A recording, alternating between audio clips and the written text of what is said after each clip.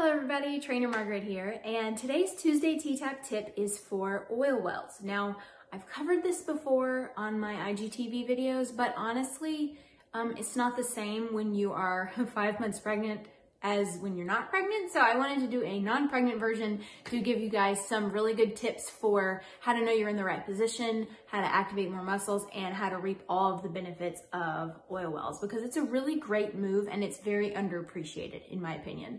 Because when you're doing this move, the way that your ankles are moving opens up your SI joints and also really relaxes those muscles around the hip and stretches the hamstrings while it strengthens your core, decompresses the low back, and also activates your lats too. So it's kind of a, move that covers so many basics on here. So I'm gonna go ahead and now get to the tips. Tip number 1 is for your hands. Now, a lot of people don't really know, what are your hands doing during oil wells and why does it matter? Well, it really does matter because you're gonna be grasping your thumbs. So you're pulling the thumbs and you're going to be pressing the pointer fingers.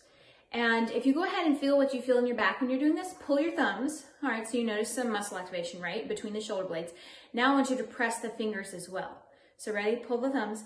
Now press the fingers. You should feel even more muscles. You're keeping this the entire time that you're doing the move.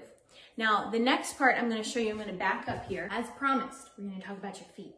Okay, so in oil wells, you're gonna be at your shoulder width apart. Your knees are bent and out towards the little toe. Now, personally, I like in this move, this is flat feet. We don't want flat feet. I think to press the ball joint, jazz the big toes, and then think knees go out towards the little toe. Now notice my ball joints are slightly lifted there. That's a little bit more advanced. It's called ankle activation. So ankle activate. You see how I'm pressing my ankles out. It's a slight little movement. Now, if you're not that advanced, you can always just think to press the ball joint, lift the big toes. Anytime you spread those toes like that, it's really, really good for the lymphatic system and also just brain-body connection. So that's what your feet are going to be doing. Now, the number one thing that I see people doing when they do this move is they go through their legs and their whole foot starts to collapse because your body doesn't want to open that up. So as much as you can get those knees over the little toe, you can. Now, your feet will also start to get a little bit tired here. That's just how they can be, if they're not used to working these muscles, it's gonna get a little bit tired. So you can relax those feet and you can kind of tap them, and then you can also just, you can kick it out as well if they get tired. Your feet are going to be at shoulder width distance. So notice my feet are such that if I bend my knees here, I make a nice little house. It's like the sides of the roof, and then my feet are the sides of the wall. Notice I adjusted it just a little bit there so that it looks like a little house, right?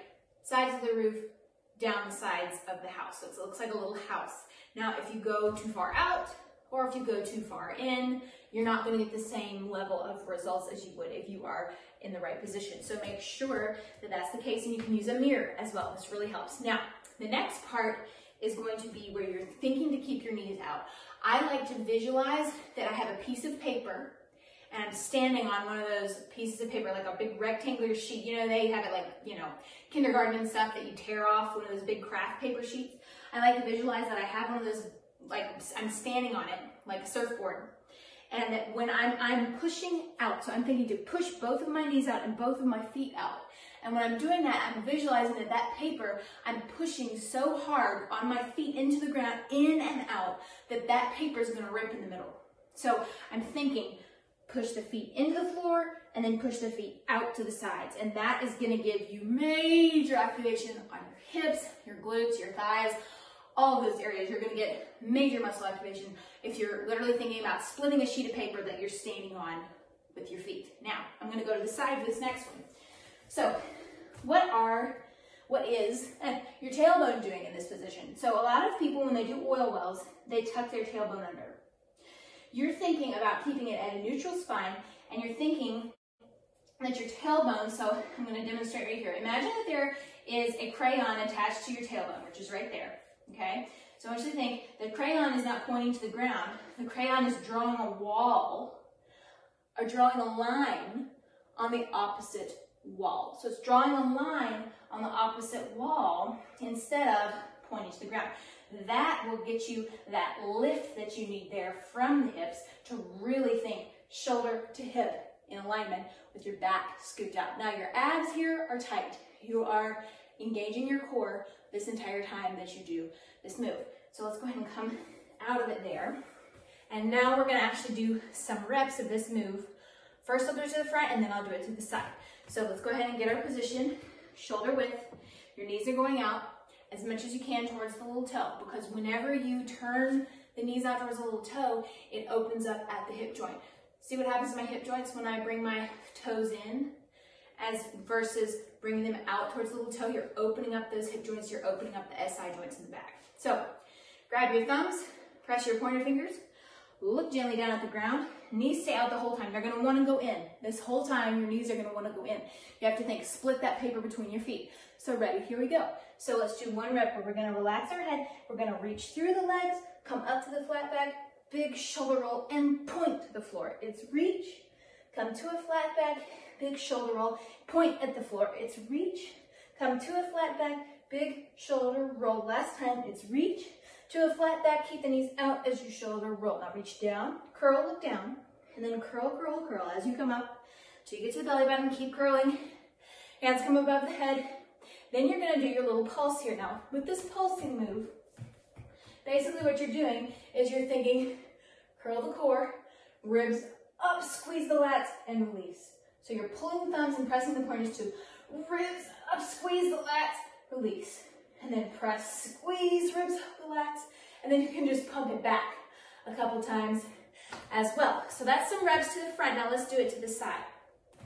Same stance there. Remember, your knees are always going to want to come in on this move, so think to push them out towards the little toe. Knees go out, hands come down, knees go out really big. Straight, look down at the floor and relax your head. Here we go. So scoop that back out, reach, come up, flat back, big shoulder roll, and point at the floor. It's reach to a flat back, and you're going to pull and point at the floor. So reach, come to a flat back, big shoulder roll, and it's reach, come up to a flat back. Let's do one more. So it's reach, flat back, big shoulder roll, curl the core here. Then curl the core as you roll up. One vertebrae at a time. Hands come to the belly button. Hands come up above. Remember, it's kind of a pull, lift the ribs tight, lats, and release. Pull, lift the ribs tight, lats, and release. Pull, lift the ribs, don't arch back, but keep the ribs tall as you release. Now think back, like you're touching a wall, behind your head. One more time. Very good. Come to the center and just do a little kick out. Whew. So I hope that you enjoyed these tips. Comment below if you tried this or you plan to try it. Let me know what you think. I'm always interested in hearing your feedback. So thanks for watching, and I will see you again next time.